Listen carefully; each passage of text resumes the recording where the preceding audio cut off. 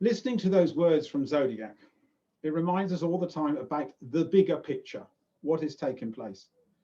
And when you tell someone you give healing or you're a healer, they ask questions straight away. But the truth is, not many people can take in the understanding of what healing is.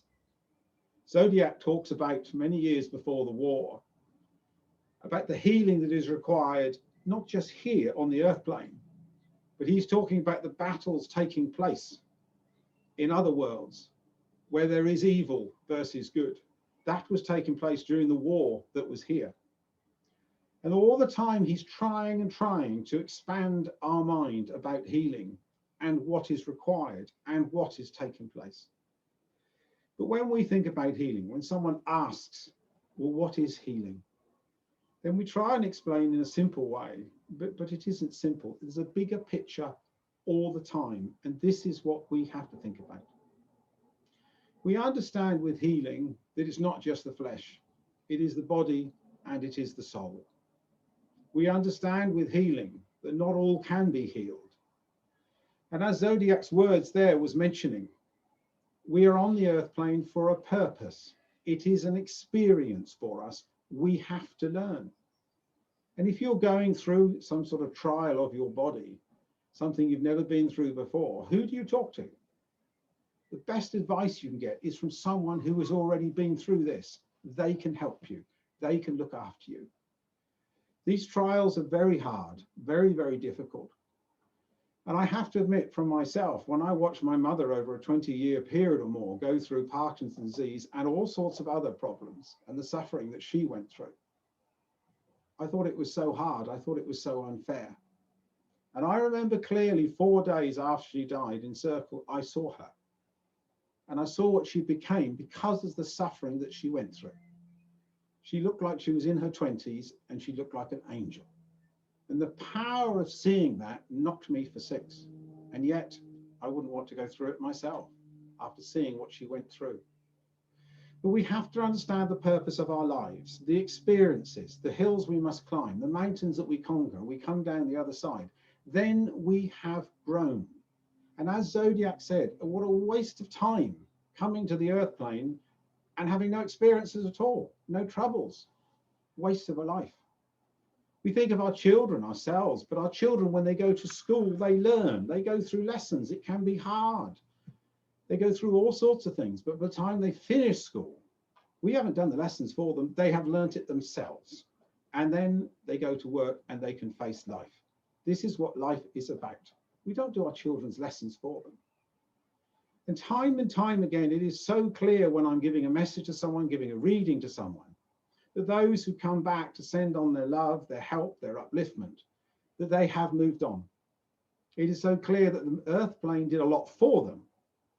And often you'll listen to them and one of the last readings I did, they said, I have already forgotten the pain I went through at the end. It has been taken away from me because I don't need it anymore. And they have moved on. But they needed the earth experience.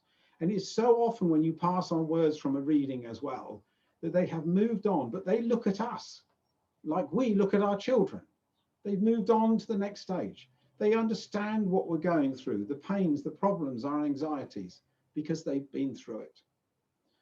So when someone talks about what takes place during healing, when we do healing over Zoom or in our church, what is taking place? We have to look at the larger picture. All the time, we're all guilty of thinking about ourselves and what's around us now when we're having healing. It's always a bigger picture. First of all, when someone asks for healing, the chances are the thoughts of asking for healing is coming from their loved ones on the other side. And how frustrating it must be for them. You love your children, you love your friends, and you want the best for them. Those in spirit still love you, looking after you. They see what you do on a daily basis. They want to help you. They want to uplift you. They want to give you any healing they possibly can. So they will put the thoughts into your mind, have some healing.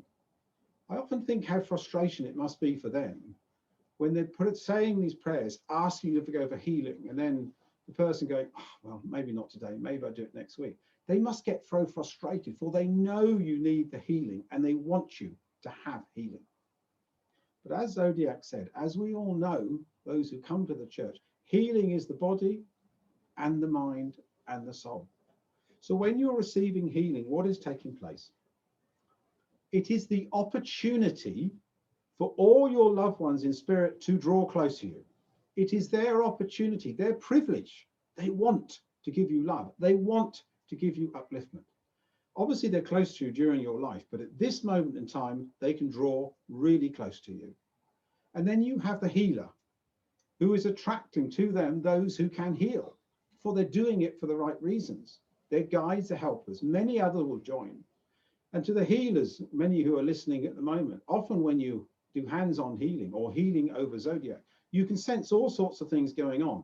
We don't need to sense any of it. In faith, the healing is taking place.